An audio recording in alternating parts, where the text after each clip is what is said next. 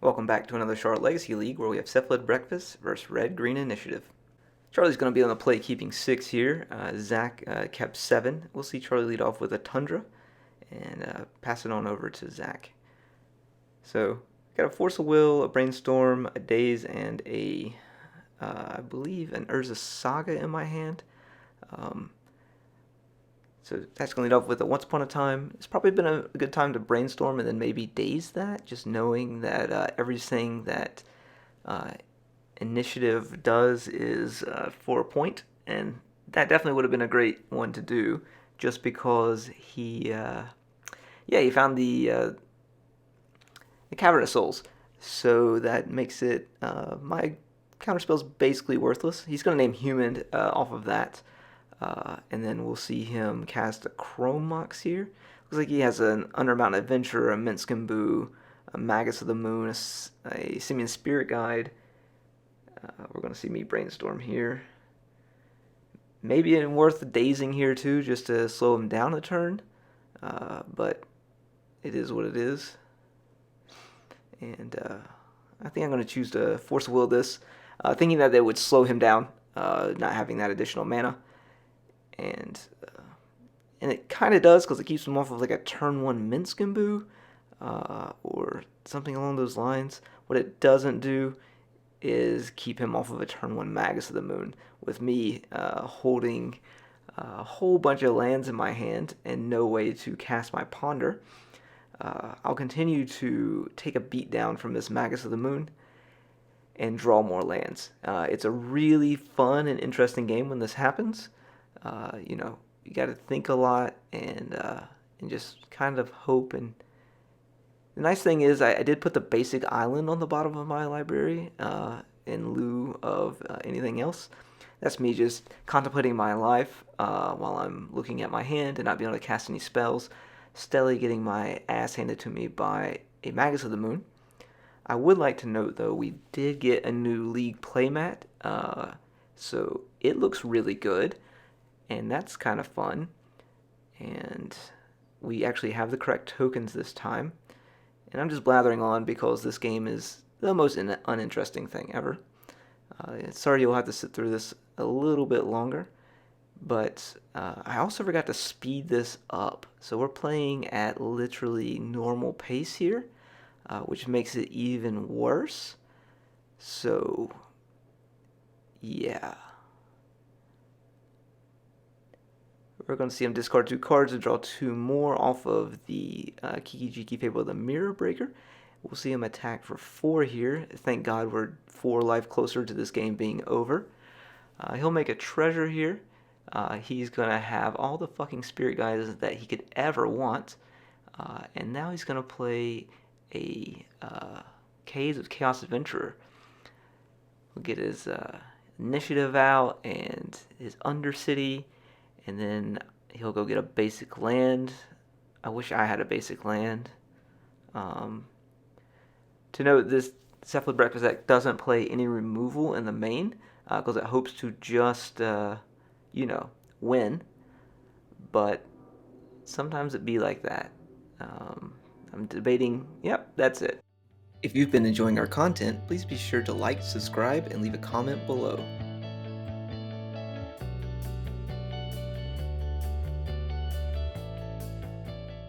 Welcome to game number 2. Charlie will be on the play. He's going to keep 6 again this time.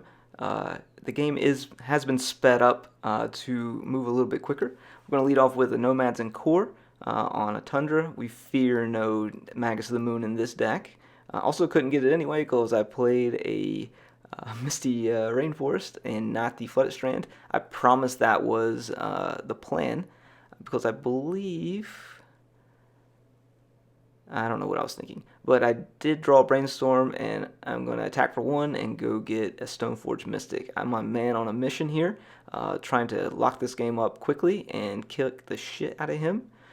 So next turn we'll see a Cauldron come down and attack for 6. We are going to see him play a Fury here, which could absolutely decimate my board. Luckily, I'm a skilled Magic player and drew a Force of Will. And I'll pitch the Daze to it because it's completely worthless. I've got the Brainstorm in my hand. We'll untap draw. It's going to roll over to 2. We're going to put that Cauldron into play and swing for 6. We're going to try and get this game over as fast as possible, have a Swords of Plowshare in hand. Not quite sure why the camera is doing what it's doing, but that's a new one for me. I'll have to figure that out in the settings on it, because I've never actually seen it do this before. It's kind of strobing or something. Again, never seen it do this before, so that's nice. Really glad that this camera decided to start taking a shit, pretty quickly. But maybe it's just excited that I'm actually winning for once, and maybe that's what we're gonna go with on that. We'll see. Magus of the Moon, and I'll lose my. Well, maybe it just didn't like the Urza Saga there. Oh. Who could have known? Forgot to untap my worthless mountain, but we'll draw, and we have a Shuko, which we're going to equip over to our Cauldron, make it a 6/5, and go a little bit more, and that'll be game 2. If you've been enjoying our content, please be sure to like, subscribe, and leave a comment below.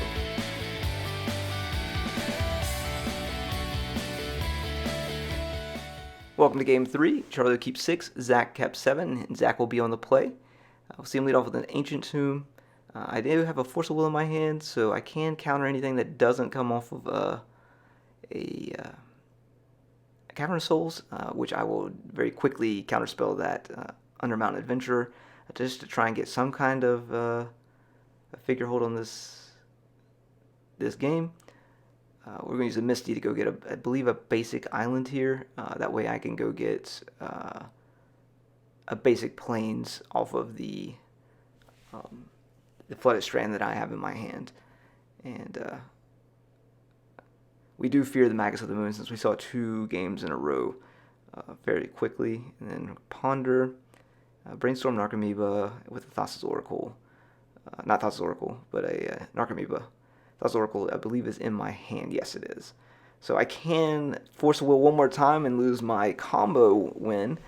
I think we're gonna play the Saga here and pass back over.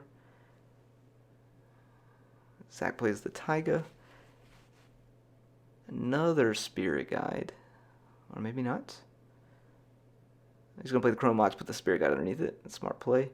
And we're going to force that, and now we have to win with a beatdown. So that plan is in action. Draw a Narcomoeba.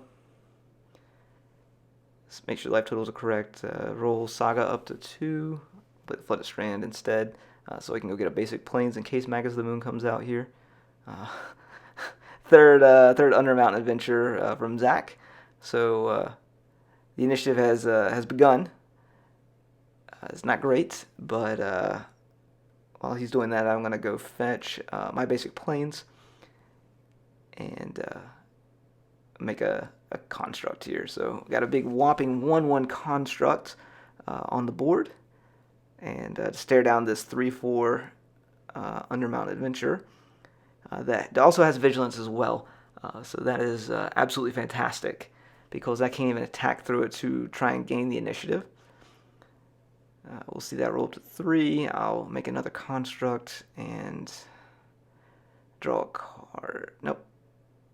I'll go get a Shuko here. So at least I have some 3/3s on the battlefield, and I'll equip that with a 3/4 and attack, and see if we're able to gain the initiative off of Zach here, which I didn't do. I don't know why I didn't, but I probably should have, since he could have forged, or he's going to forge. And maybe I was thinking that was only a 3/2 instead of a 4/2 with the Shuko. Definitely going to take some beats here. I'll untap and draw. Play a Cephalid and an Narcomoeba. This will allow me to attack through to grab the initiative, as well as I'll be able to gain the initiative. I'll lose my construct, but I at least have a blocker back at this point with the Narcomoeba to try and get through there. I also failed to find here because I don't have any more basics in the deck. There's only 2 basic islands and 1 basic plains. But I am on a mission here. We're both scored up at 11 life, and I also have the initiative. So at least I will not get hit by a trap this turn. He will be able to attack me, but it doesn't have trample, which is a positive. I'm just holding my breath as I have another initiative creature. We'll block with the Narcomoeba. We're going to untap. I believe I'm going to scry 2 here. That way I can see if there's anything I like off the top. So there's not. We're going to draw, and then I believe I start with that, and then we're going to start working through to try and find some Narcomoebas to fly over and get this game over with. They are somewhere in the deck, but not anywhere close to the top. And Dread Return.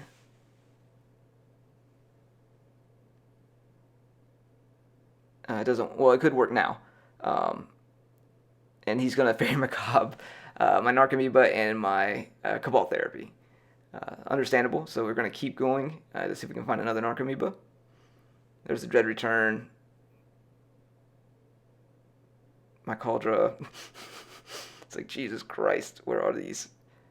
Alright, there's Narcomoeba. Alright, we're in play.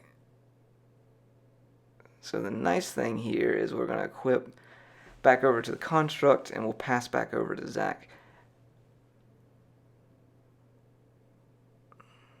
Got a Chalice on 1, which at this point, it would stop a Source of Plowshare if I find one, which it could be relevant. So he attacks. I'm going to block with the Construct, and then I'm actually going to use the other ability that the Cephalid Illusionist has, which is basically a Maze of Ith.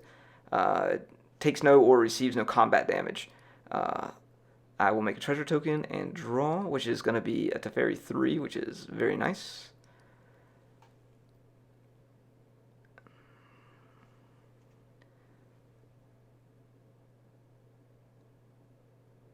I'll equip the Narcomoeba with the Shuko and attack for 2. And then move it back over to the Construct, and then I probably shouldn't have played the Teferi there just because I needed to leave open the Cephalid Illusionist to be able to squash the creature, or Maze of Ith, essentially. All right, another land from Zach. We'll see him attack here, and I'm going to pray that I have another land in my deck that's fetchable with the Flooded Strand. And I do. I have a Tundra, thank God. Well, we're getting real low on cards here. And now Cephalid Illusionist. I'm going to untap. And I'm going to make a Spooky Boy, which is nice because he can't be blocked. Move the Shuko over and attack for 2 more. Roll my Teferi up. And pass over to Zach. So he draws a Fable of Mirror Breaker, which is good for him because now my Spooky Boy can be blocked, and I can't exactly kill him. I have, I believe, 3 cards left in the deck. But I do have the... oh yeah, I Throne of the Dead 3. This is where it got sticky. So I have 1 card left in the deck now. I can bounce the token, draw a card, and then I have lethal because it has 1 blocker. Because 2 are flying, or 1's flying, 1 has menace, and then I have 2 1/1s. If you've been enjoying our content, please be sure to like, subscribe, and leave a comment below.